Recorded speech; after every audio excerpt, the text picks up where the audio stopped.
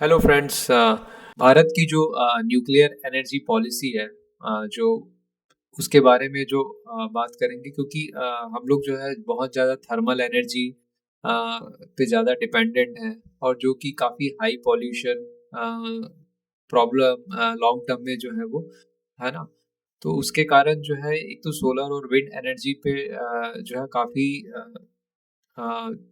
India जा रहा है, और दूसरा जो है वो न्यूक्लियर एनर्जी पे भी डाइवर्सिफाई करना ज़रूरी है, क्योंकि सोलर और एनर्जी एक जो है वो रुक-रुक के कभी जो है एनवायरमेंटल के साथ प्रॉब्लम हो सकती है, तो न्यूक्लियर एनर्जी पॉलिसी भी जो है वो लॉन्ग टर्म में जो है वो क्रिएट करना ज़रूरी है। तो उस पे डिस्कस करेंगे, और न्यूक्लियर सेक्टर से होने वाले 5 ऐसे कौन से स्टॉक्स हैं जो काफ़ी जो है जिन पे जो वर्क कर रहे हैं, और आगे चल के जो है जिनको फ़ायदा मिल सकता है, उस पे जो है वो जो है वो डिस्कस करेंगे।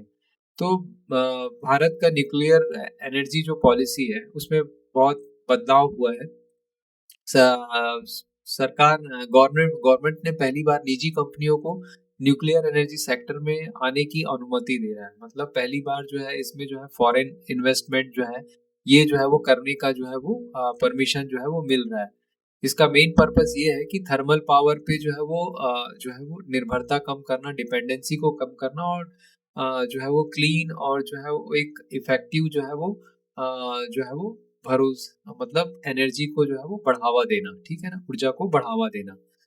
तो भारत का जो है बेसिकली वर्तमान न्यूक्लियर जो है वो एनर्जी की कंडीशन क्या है, कुल न्यूक्लियर जो कैपेसिटी है वो 8 गीगावाट का है, जो है वो पूरे जो वर्ल्ड में जो है वो 90वें पोजीशन पे है। तो कुल ऊर्जा क्षमता में न्यूक्लियर का जो कंट्रीब्यूशन है वो 2% से भी कम है।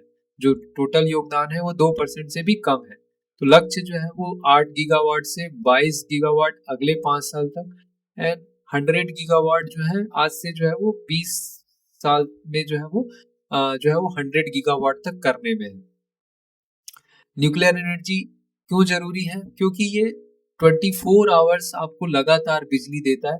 जैसे कि सोलर और विंड में एक समस्या है कि रुक-रुक कर आता है। अगर आपका बारिश का मौसम है, सोलर अगर जो है वो सन का जो है वो जो एनर्जी है, वो अगर जो है वो मौसम ठीक नहीं है, तो वो वहाँ पे प्रॉब्लम हो सकती है। सो न्यूक्लियर एनर्जी में जो है वो ये 24 बाय 7 जो है वो लगातार बिजली, और प्लांट की लाइफ जो है वो 60 ईयर रहता है, 60 साल तक रहता है। साफ ऊर्जा है, बहुत कम जो है वो कार्बन का जो उत्सर्जन है, जो कार्बन जो इमिशन है, वो भी बहुत कम होता है, और राष्ट्रीय ग्रिड को, जो नेशनल ग्रिड है, उसको भी जो है वो स्टेबल रखने में जो है बहुत ही एक जो है वो महत्वपूर्ण इम्पोर्टेंट जो है वो एनर्जी फैक्टर ये हो सकता है। न्यूक्लियर एनर्जी की मेन जो अभी चुनौतियां क्या-क्या है? न्यूक्लियर एनर्जी की जो चुनौतियां है, महंगी है, 6 टू 8 रुपीज यूनिट जो है वो पर यूनिट मिलता है, जबकि सोलर की जो लागत आती है वो 2.5 से 3 यूनिट पर यूनिट जो है वो मिलता है। तो यहाँ पे जो है ये महंगा होता है न्यूक्लियर एनर्जी। प्लांट बनाने में 8 से 10 साल लगते हैं। अगर आप 700 से 1000 मेगावाट का प्लांट डाल रहे हैं तो 10 साल लग जाते हैं। और आपका जो है वो अ, जो है भूमि अधिग्रहण जो है वो कठिन है, लोगों को डर लगता है, ठीक है ना? तो बहुत सारी प्रॉब्लमेटिक जो है वो जो है वो लैंड एक्विजिशन बहुत प्रॉब्लम में होता है, और लोगों में एक फ़ियर भी हो जाता है कि न्यूक्लियर से जो है वो कुछ उसका रिएक्शन कुछ ना कर जाए, ठीक है ना? तो इस तरीके से जो चुनौतियाँ, एक तो महँगा है, बहुत ज़्यादा टाइम लगता है, मतलब ज़्यादा इन्वेस्टमेंट लगता है फॉर द 700 टू 1000 मेगावाट के लिए भी, ठीक है? अ, पर ये जो गेम चेंजर है, स्मॉल मॉड्यूल रिएक्टर जो है वो छोटे फैक्ट्री में, मतलब न्यूक्लियर जो रिएक्टर होता है जो 50 से 300 मेगावाट है, अगर हम छोटा उसकी कैपेसिटी को छोटा करें, तो पारंपरिक रिएक्टर जो रहता है 7 टू 100 मेगावाट की तुलना में बनाने में जो है वो 2 से 3 साल लगता है, ज्यादा सुरक्षित है, लागत भी कम रहता है, और जमीन भी कम चाहिए उसके लिए। तो और इसका उपयोग जो है वो छोटे शहर हो गया, इंडस्ट्रियल टाउन हो गया, डेटा सेंटर हो गया, मिलिट्री बेस है, इसमें बहुत आसानी से किया जा सकता है। तो वर्ल्ड में जो है, दुनिया में यूएस है, कनाडा है, चीन चीन है, इसमें जो है स्मॉल मॉड्यूलर जो रिएक्टर है वो बहुत ही तेजी से जो है वो बढ़ रहे हैं। उससे रिलेटेड जो है 5 जो है स्टॉक्स के बारे में जो है वो जो है बात करेंगे कि कौन कौन सी कंपनी जो है वो कर रही है, तो उसमें सबसे पहला स्टॉक नाम आता है वो लार्सन एंड ट्यूब्रो का। जो है ये 5 लाख करोड़ की कंपनी है, इंजीनियरिंग प्रोक्योरमेंट और कंस्ट्रक्शन कंपनी है। तो बहुत ही बड़ी NSE 50 की जो है वो दिग्गज कंपनी है। न्यूक्लियर प्रोजेक्ट में इनका मजबूत रिकॉर्ड है और भारत के सभी सक्रिय न्यूक्लियर रिएक्टरों में जो है वो बहुत ही जो है इनका जो है योगदान है। या न्यूक्लियर प्लांट के महत्वपूर्ण जो है वो पूरे जो है वो उपकरण बनाती है, जैसे स्टीम जनरेटर हो गया, रिएक्टर वेसल हो गया, सील्स हो गया, हीट एक्सचेंजर, ये सारे जो है वो डिवाइसेस जो है वो बनाती है। ठीक है ना।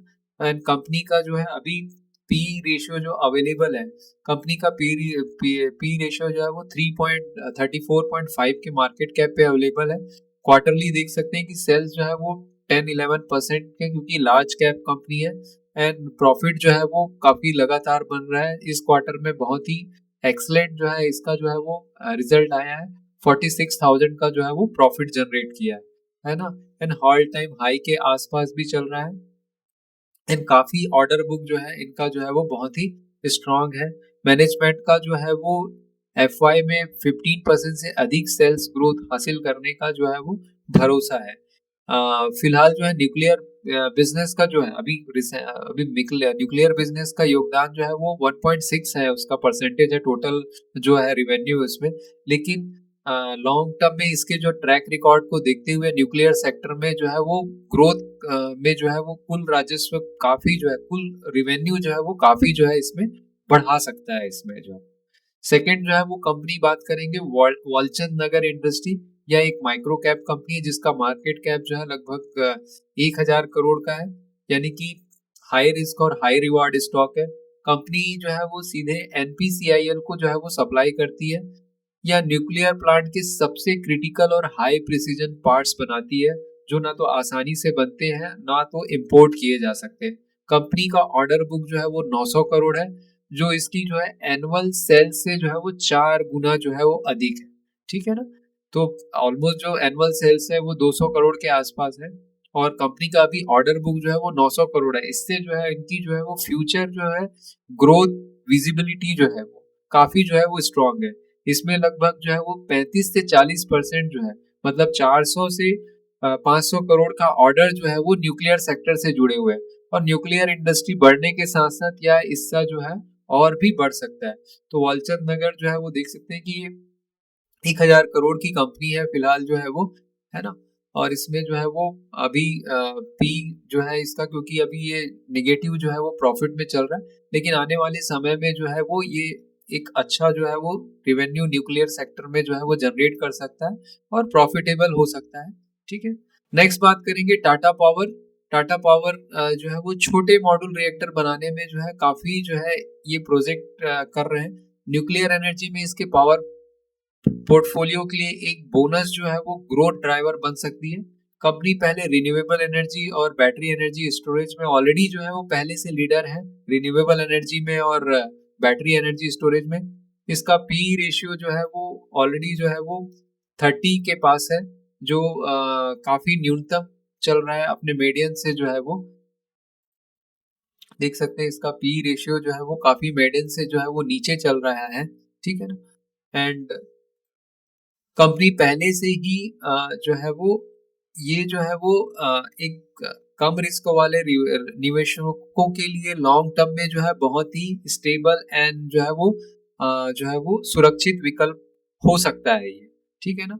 इसका जो है वो क्वार्टरली भी जो है वो देख सकते हैं कि जो है वो सेल्स जो है वो अभी तो काफी जो है वो स्टेबल चल रहा है। प्रॉफिट जो है वो 12,000 करोड़ के आसपास जो है चल रहा है। इनका प्रोडक्ट सेगमेंट जो है वो ट्रांसमिशन एंड डिस्ट्रीब्यूशन में 7 है। रिन्यूएबल में जो है वो 89% का जो है वो जनरेशन के कारण जो है इनका काफी जो है वो अभी जो है वो प्रॉफिट कम आ रहा है। पर आने वाले समय में न्यूक्लियर में जो है वो काफी अच्छा ग्रोथ जो है वो कंपनी कर सकती है। नेक्स्ट जो है बात करेंगे पावर मैक प्रोजेक्ट की। यह स्मॉल कैप EPC कंपनी है जिसका मार्केट कैप लगभग 7,000 करोड़ है। इसका जो है वो पी रेशियो जो है वो 22-23 के आसपास है। और कंपनी के पास जो है वो काफी सारे जो ऑर्डर बुक जो है वो भेल है, महा एक जगह है, SV जैन थर्मल है, इन सब से काफी ऑर्डर है। कंपनी का ग्रोथ बहुत तेज है, सेल्स ग्रोथ जो है वो 25% का है और प्रॉफिट जो है वो 32% का है। इसका जो है अभी अ, वर्तमान ऑर्डर बुक जो है इसका जो है सालाना जो सेल्स होता है उससे 4 गुना है, जिसे मैनेजमेंट ने अगले 2 सालों से 20 से 25% जो रिवेन्यू ग्रोथ है उसका जो है वो अनुमान दिया है। कंपनी ने एक न्यूक्लियर प्लांट जो है वो 560 करोड़ का निर्माण प्रोजेक्ट भी पूरा कर लिया, जिसका एग्जीक्यूशन टाइम 12 महीने का था, 32 महीने का था। सो इसकी न्यूक्लियर जो ईपीसी है, ये कैपेसिटी को ये प्रूव करता है कि ये बहुत ही आसानी से न्यूक्लियर के फील्ड में जो है वो आगे जो है वो बढ़ रहा है। कंपनी का जो है वो देख सकते हैं कि मार्केट कैप जो है वो 7022 के पी पे अवेलेबल है। क्वार्टरली प्रॉफिट जो है बहुत ही धमाकेदार है। सेल्स जो है वो 20% 42% 28% 20% के आसपास है। एंड जो है कंपनी जो है वो 22 के पी पे जो है वो अवेलेबल है। ठीक है, नेक्स्ट जो है वो कंपनी जो है बात करेंगे उसकी जो है वो एमटीआर न्यूक्लियर रिएक्टर जो है वो हाई प्रिसीजन जो है वो कंपोनेंट बनाता है। न्यूक्लियर सेक्टर के खुलने से कंपनी को बहुत ही बड़े ऑर्डर अभी जो है मिले हैं और इसका न्यूक्लियर डिवीजन जो है वो तेजी से जो है वो बढ़ सकता है। कंपनी का मैनेजमेंट कई बार जो है मेजर रिस्क यही है कि गलत और बढ़ा चढ़ाकर रेवेन्यू प्रेजेंटेशन देता है। गलत गाइडेंस की वजह से पहले भी काफी स्टॉक्स में जो है वो गिरा, लेकिन न्यूक्लियर सेक्टर के विस्तार में एमटार जो है लंबे समय में जो है एक अच्छी जो है वो प्रॉफिट कमाने में एक अच्छी जो है वो कंडीशन में जो है वो है। एमटार जो है वो 7,000 करोड़ के स्टॉक भी बहुत ही ज्यादा है। अभी जो है वो क्वार्टरली प्रॉफिट जो है वो ज्यादा जनरेट नहीं कर पा रहा है ये, लेकिन आने वाले समय में इसका ऑर्डर बुक जो है वो अभी 500 करोड़ का ऑर्डर बुक इस क्वार्टर में मिला है। ठीक है ना, जिसमें से जो है वो क्लीन एनर्जी न्यूक्लियर पावर का देख सकते हैं कि 11% जो है 11% जो है ये जो है वो आप इसका जो है न्यूक्लियर पावर में जो आगे बढ़ सकता है। इसका जो है वो टोटल जो ऑर्डर है इसके पास जो है वो 13,000 1300 करोड़ के आसपास है। अभी इसी क्वार्टर में इसको जो है वो 500 करोड़ का जो है ऑर्डर मिला। ठीक है, तो ये सारे जो स्टॉक्स हैं वो न्यूक्लियर पावर में जो है वो ट्रैक करने के लिए, स्टडी करने के लिए एक अच्छे जो है वो इंडिया के एनर्जी सेक्टर को बढ़ाने में जो है काफी जो है इनका हेल्प दिला सकते हैं। ठीक है, तो यहीं तक रखते हैं।